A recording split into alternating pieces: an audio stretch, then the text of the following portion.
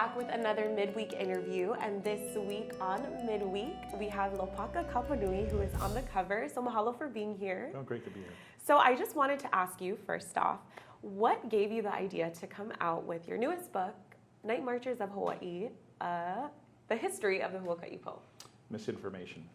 That's what started it. There's a lot of misinformation about night marchers online, everywhere, and there's a lot of stolen information from me with no credit. And so I wasn't the one that got upset enough to write this book. It was actually my wife. Wow. And so I was the guy that just provided all the ghost stories and the history, and my wife did most of it. So really, it's actually her book. So when you write these books, what comes to you? You obviously hear information from other people, but what actually makes you sit down and write out, these stories? It's the only way I can explain it is channeling.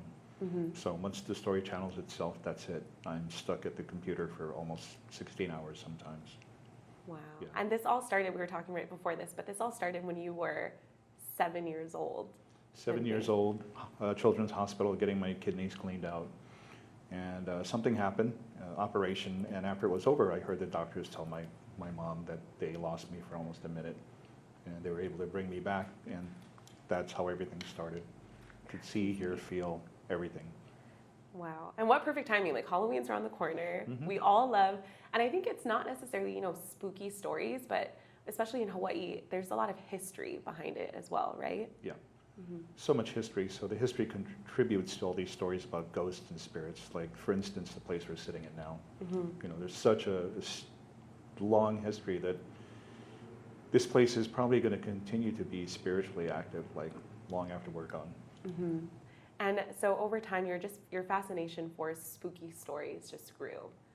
Well, yeah, not just the fascination, but the fun aspect of it is scaring people in such a way that it's unexpected. It's not just the jump scare they expect, and they're not really sure about what they're listening to, but when they go home, it's already seeped into the pores of their skin. We're like a chicken skin feeling. Right, or Yeah. worse. And so with that, you started your Mystery of Hawaii's tour. And so with all of this, what made you actually want to start that tour? I actually was apprenticing under my late boss, Glenn Grant, who wrote all the chicken skin books. Started the first ghost tour in 1974. And so when he passed away in 2003, it just basically was handed down to me, and then I went on my own. Wow. So what can people look forward to if they do book a tour with you? What you can look forward to is finding out about who you are in a spiritual sense.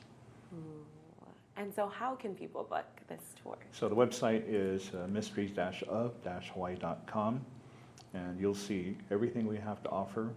And we don't advertise, but we also do blessings and cleansings as well, if people need it. So where can people find these books to purchase? On Amazon, but mainly on the website, mysteriesofhawaii.com.